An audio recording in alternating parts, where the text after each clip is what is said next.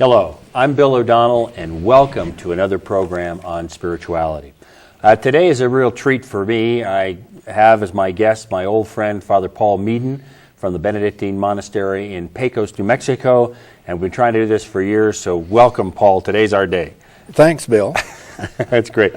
I first met Father Paul. He was flat on his face on the floor, being ordained to the transitional diaconate by former Archbishop Robert Sanchez, and I think his personal assistant or personal secretary was then Father Jerome Martinez at the Benedictine Monastery, and we figured that was 1983. That's right. That's right. And then after that, he had the honor of being ordained to the priesthood, I guess several months later, by the late, great Pope John Paul II in St. Peter's in Rome. That's right. So quite an auspicious journey. So, Paul, it's great to see you. Tell us a little about your life and how your things got started and that whole life before you made the transition to become a Benedictine monk and a priest. Well, I was born and raised in southwestern Minnesota. The family I was raised in, there were 8 of us, 8 kids. What number are you? And I was number 7. Mm-hmm. So in a sense, I got lost in the pack. Mm-hmm, mm-hmm. And a couple of things that occurred to me at a very young age. I had good parents, and I was born in the depths of the Depression, 1933. Mm. So we never had a need. Nevertheless, we didn't have anything extra either. So you raised your own food and stuff of that nature? No, we didn't do that. We lived in a town, and we did raise some of our own food. We had a garden, and I helped out in the garden, and so we were able to raise some of our food. But by and large, we got it through the normal channels that people do today. You know, we had stores and one thing and another. What did your father do? He was a mechanic, he was a rather innovative man because he had the equipment. For example, during World War II, he could make parts for equipment that you couldn't get on the market because of the war effort. Mm-hmm. So he could make them. You know, as long as he could see what he was making, he could make those. And he was a good model. He was a German. Meaden, I suppose, is an English or a Irish or a Scots name, whatever. But my grandparents on his side came from Germany, and so as you can imagine, he was a good provider. He was a good father, but not close. Once in a while, we shook hands, and that's as far as it got. Mm-hmm.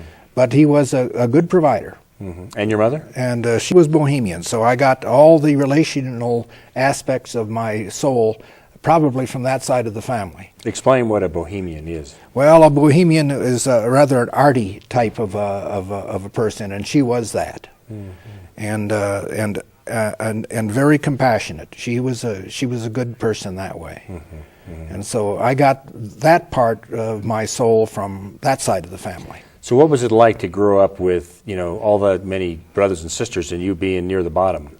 Well, as it happened, when I got old enough, World War II came along, and so I lost. We didn't lose anybody in the war. I had 2 brothers that were both in World War II, and both in the Navy. And then I had a sister who moved away, and so by the time I got old enough, where there are 8 of us that we didn't have to share one bathroom. Oh, we could. The numbers went down, and it was a little easier to live in those days. Yeah. But there was a time when it was interesting in the morning when we were all going to school. So what was it like growing up there, and where was it again? Minnesota, southwestern Minnesota. So cold in the winter? Yep, it was cold. Yeah. And my junior and senior year in high school, we had 3 blizzards in March. Oh boy. And so I remember that distinctly. So that was kind of interesting. So I used to think, someday maybe if I'm lucky enough, I'll get to a milder climate. And as a matter of fact, when I was maybe 6 or 7, I was thinking, I think maybe I'd like to live in the Southwest. I think I'd like to live down in Arizona or New Mexico. And that area. So even at that age. So even at that age. Trying to be prophetic then. Yeah, it did. It did. So what were your high school years like? Were you socially active? What year did you graduate from high school? Well, I graduated in 1952. Okay. And I was at that time, I was president of the class, but you understand that our classes were small. Yeah. I think there were 33 in my graduating class. Oh, yeah. And, So did you play sports and that sort of thing? Oh, Did you yes. Field a team? Oh, yeah. I love sports. What sports did you play? Just about everything that they offered at the school. I played football, basketball. I ran track. Oh, really? What was your event in track? It was a half mile, and I was much too big for the half mile. And when I was a kid, we could go out and run sections, and the sections in the Midwest, meaning mile sections. Yeah. And there's 3 of us that ran these, that ran and trained that way. Yeah. And we would run for maybe 10 miles a night. Wow. Well, talking all the while. We were in good shape. I bet. And so in football and basketball, what positions did you play? Well, I was in the backfield in football. I played quarterback, fullback, and back in my day, we went both ways. Oh, that's right. So in defense, what did you play? I played linebacker because even though I was small, well, not too small. I weighed 170. That wasn't too bad in those days. Middle or wing? Middle. And basketball? Were you a guard or basketball, forward? I was a guard. Okay. In basketball, because I came from that part of Minnesota with all the Swedes and Norwegians, we had a lot of big people. Yeah. So I was one of the shortest on the team. Yeah. For you girls out there, you may not understand it, but every guy understood why I asked all those questions, because you know who you are based on what role you play in sports if you play sports, right? That's right. So, That's and true. then so then what did you do after high school? First, I went to college at St. Thomas in St. Paul, Minnesota. But at that time, I didn't have. I knew that maybe I'd like to get into geography, and I remember reading authors like Hunthausen and Haushofer, rather, in the whole idea of geopolitics and so forth. So. Probably political science would have been an area where I could have gone and ventured toward. Now, you were raised in a Catholic family. I was. So Mass every Sunday, that sort of thing. That's right. Did the monastic life or priesthood ever enter your mind at that time? Not a bit. Not a bit. Not a bit. I shouldn't say that, not a bit, because one of the local priests at that time asked me when I was 12 years old whether if I would ever consider the priesthood. And because I might have said something in class somewhere along the line that indicated that he should ask that question, and he did. Was he diocesan or order? He was diocesan. Okay. And I didn't even know what an order priest was in those days. Yeah. Yes, I suppose I heard the word Franciscan, Dominican, Benedictine, Jesuit, and so forth. But at any rate, that wasn't. So you're just a normal guy, or kid growing up. Yeah, I figured I'd get married, raise a family. That was my intention, certainly when I was in my formative years. Yeah. So here you are at St. Thomas, and then what happened? Well, after that, I thought, I did have a little bit of a scientific bent, and the whole idea of building and the idea of designing things. And I was good at that. I was good in mechanical drawing. I was good in mathematics and so forth. So at any rate, I said, well, I think what I'd like to do is maybe, I figured geography wasn't, or political science wasn't the way I wanted to go. I would probably want to go toward geology. And so I looked and I asked the chemistry professor at St. Thomas up in St. Paul, and he said, you could go to South Dakota or to Colorado, and he suggested either one of them. And I ended up at Colorado School of Mines. So I took my geology there. But what I didn't know is that I wasn't all that strong in science. And when I got there, I found out, yes, they have an excellent geology department there. But you can't just be a geologist, you have to be an engineer too. So I had to take, oh my gosh, the chemistry and the physics and the mechanical engineering and all these other courses, thermodynamics and words that I can hardly pronounce. But I had to go through, physical chemistry, the whole bit. And all I can say is I got through. Somehow I made it through the school. And then I had to go into the Army, because in my day, the draft was still on. Yeah. So I went through the ROTC program and at college, during college. Yeah. So you graduated what year? 1958. And because yeah. essentially we had a professional degree, so it's kind of a quasi master's in science. What branch of the service was ROTC there? Was it Army? It was Army. Army. Yeah. Okay. So I joined the Army Corps of Engineers. Yeah. And so you went in for how long a term? 2-year period. 2 year. Because of the ROTC, you only had to do 2 years active? Right, and then I had 5 years reserve. So we had, I think, we had a total of a 7-year commitment. And so you were an officer? Yes. Okay. Yeah. And was that a good experience for you? Where did you do your Army service? I did my Army service at the formative training for the Corps was at that time was Fort Belvoir, Virginia, right outside of Washington.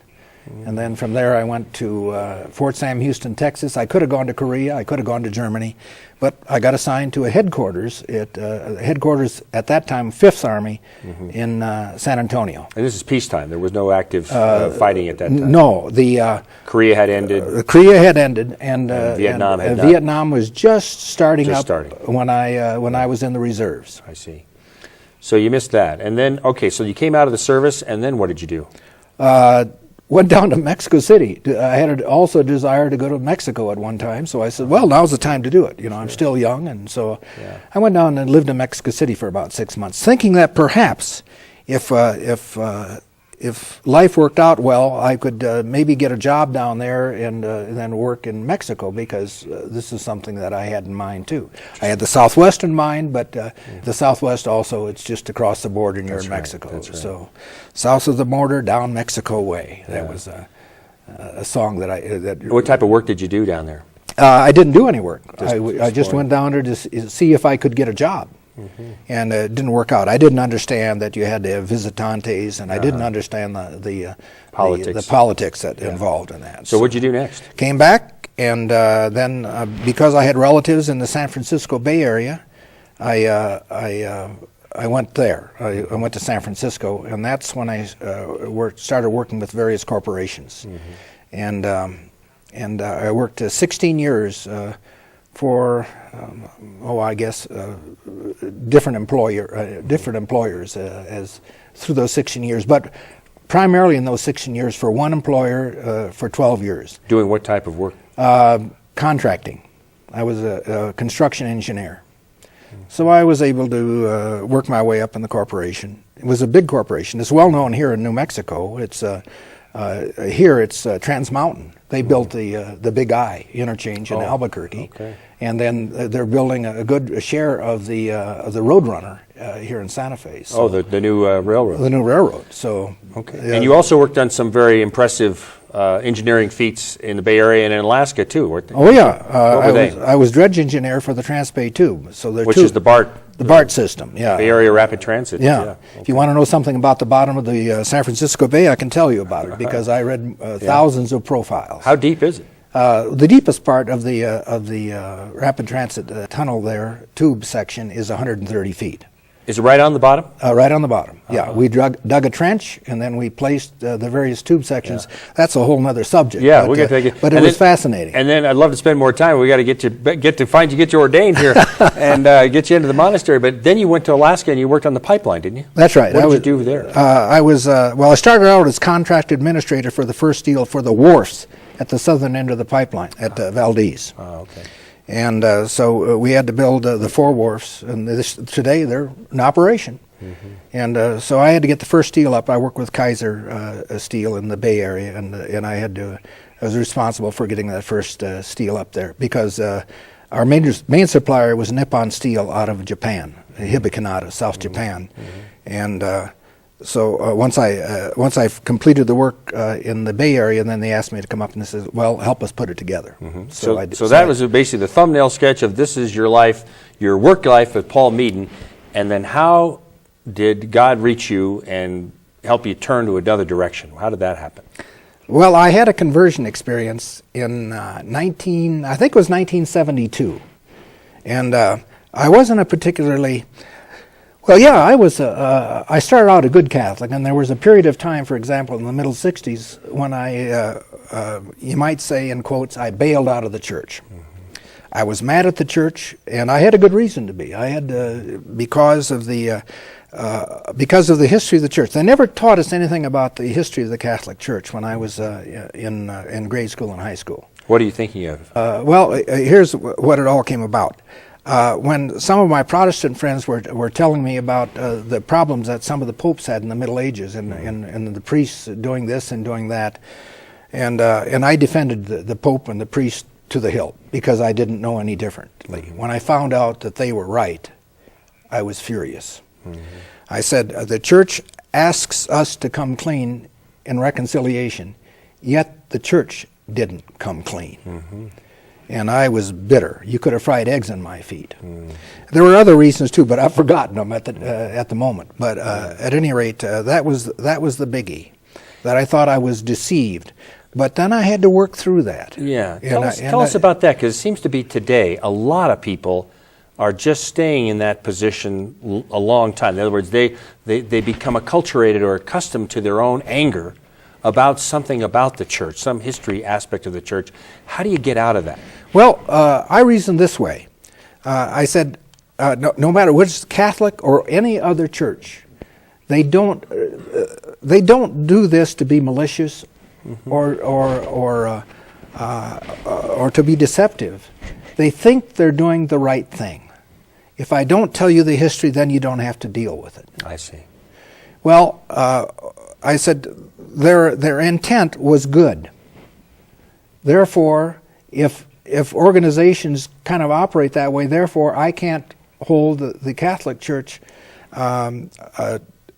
totally responsible for that which they that which they withheld in my education regarding the history of the church. I see. And later on, incidentally, when I got to seminary, all that was dealt with. It was. We laid it all out. Yeah. So it's kind of like life in general. People connect with people who are honest, and organizations who are honest. For example, when I worked with the corporation with Peter Kiewit, and the first year they took the young people who they thought were going to be around a while, and they would take them up to Nebraska, and they would give them the whole history of the corporation, their successes, their failures, the whole 9 yards. People appreciate that. You've got to know what the real story is, the real history is. So then what happened? You were angry at the church, and then what happened to you? Well, I was able to resolve that in my own mind. So I started going back, and then I had several aunts who were Franciscan nuns, and they were on my case big time. And so at any rate, I had my conversion experience in a pickup truck driving to work one morning. Boy, what was that like? And the best way to describe it is that it's not an out-of-body experience, but because I was driving the pickup, you know, and but it was as if it was a complete cleansing of my soul, and this went right through my body, and it was such an experience that I said, I don't dare tell anybody that, because they would think I was crazy. And so, at any rate, I didn't. But soon after that, I found people who had the same experience I did, and so that's when I probably entered the charismatic movement. At that time, I was living in Ventura. We had a project in Port Hueneme, and so I was working on that. So we would go down on the weekdays down to Loyola Marymount, and they would have the charismatic meetings down there. And for those people who don't understand what that is, they understood. Oh yeah. Can you explain to the people at home what the charismatic movement was? Well, it's a move of the Holy Spirit within the church, and incidentally, there's more than just the charismatic movement in the church. The Cursillo movement is a valid movement. Marriage encounter, engage encounter, these are all movements, valid movements within the church. And the charismatic movement, of course, in the 70s and the 80s was a vital aspect of the spirituality in the Catholic Church. Not so much today, because I think there's a maturation that goes on with all these movements, and it involves service. In other words, you move beyond the movement, and you get into the whole idea of reaching out in charity. So I think that's the maturation that goes on with all these movements, that we become more charitable and more service-oriented. And if you don't outreach, and these movements will all die away unless there's some kind of service connected with it. Well, some obviously happened to you, because how did you end up becoming a monk then? Well, midlife crisis. That's what I explain to people, and we best live life in sections and in periods. For example, our youth, and we have the teenage years, and then we have the young adult years, and then we get to midlife. And Carl Jung says, for example, and he's right, you can't live the second half of life like you've lived the first half. And the first half, you deal with the psychological aspect. The first half of life, you have to develop an ego, because that helps you discern. It gives you the opportunity to learn to make choices. And so you have to do that. You have to develop an ego. And then the second half of life is you develop your soul. And I understood none of this, because see, my training, I hadn't been to seminary yet. All I had was a scientific. I had 150 semester hours of science, very little in the inner life. And when I looked down there was nothing there, because I didn't see anything. So I didn't understand what the inner life was all about. And so at any rate. But you knew there was something there. Oh yeah, but depression I didn't understand. I was in depression for, I don't know, maybe 2.5 years, something like that. I went into depression on Friday, August the 13th, 1976. It was that specific. You felt it happen. Yeah. I didn't write it down in my journal. Wonder whose feast day that is. But anyhow, go ahead. Yeah. Well, 13, of course, has a bad reputation in our society. They say, 13. Well, 13 is the most divine of all numbers. Is it? 1, monotheism. 3, persons of God. Yeah, you're right. And that's how you look at it. It's the only number that's that way. And it goes on, for example, into the world, the world of the five senses. For example, there are all things living are based on the carbon atom, which has an atomic weight of 12. Always Yahweh, or the divine, is the 13th. In Scripture, it's the 12 apostles. The 13th was Christ. And in the Old Testament, it's the 12 tribes of Israel plus Yahweh, Adonai. And in the natural world, for example, the world of life, everything's based on the carbon atom. Again, atomic weight of 12, the divine is the 13th. And then in my Dana textbook of mineralogy, there are 12 elements that comprise 99.7% of the Earth's crust. The 13th is the divine. So you see, it covers both the theology and the Scripture, and it falls into the natural world. We're going to have you back to do science and spirituality. You'll have to do a segment on it. That'll be great. But we're getting run out of time. So you went from that depression. How did you find your way to the monastery? Well, when I was in depression and I didn't know what it was, I figured I'd do anything to get out of it. And so at that time, the only monastery I'd heard of was Pecos. Through the charismatic movement. Through the charismatic movement, right. And how I found that out is because the charismatic group in San Francisco came out here for a retreat back in sometime during the middle 70s. So when did you take your first retreat? When did you come out? I came out in December of 1976. The only retreat I ever went to at the monastery before I entered the monastery itself. Did you have a special experience there, or at that time, or not? No, I was in depression. My special experience was that I needed to some way to find out to get out of the depression I was in, although I didn't know what it was. Was it any way connected to your anger before at the church? No, I wouldn't say that. Okay. No. Or your life in general? I mean, you had a successful career. Oh yeah, I had a lot of stock. Yeah. I was doing well. Money wasn't the problem. Yeah. But the soul was a big problem. Yeah. Which I didn't understand. So what have you learned? In the few minutes we have left, what have you learned about the soul? Well, I know that it's eternal and that we move on out of this life and into the hereafter. And a lot of the people that I quote, I'd rather not quote theologians, but I can quote people like Albert Einstein. We have to content ourselves with the recognition of a miracle beyond which there's no legitimate way out. Or he also said the most beautiful emotion we can experience is the mystical. It's the sower of all true art and science. And the one to whom this emotion is a stranger is as good as dead. That came from Einstein. And to know that which is impenetrable to us really exists, manifesting itself as the highest wisdom, the most radiant beauty that our dull faculties can comprehend only in their most primitive forms. He says this, and he did say in this way only, it's the center of all true religiousness. Einstein was and it wasn't only Einstein. It's Niels Bohr and Edward Schrödinger and Werner Heisenberg and James Jeans. If you look at the scientists, Ken Wilber wrote a wonderful book called Quantum Questions, where all these scientists get involved not only in the science itself, but in their spiritual aspect of their lives. This is important because it's not only theology, it goes beyond that.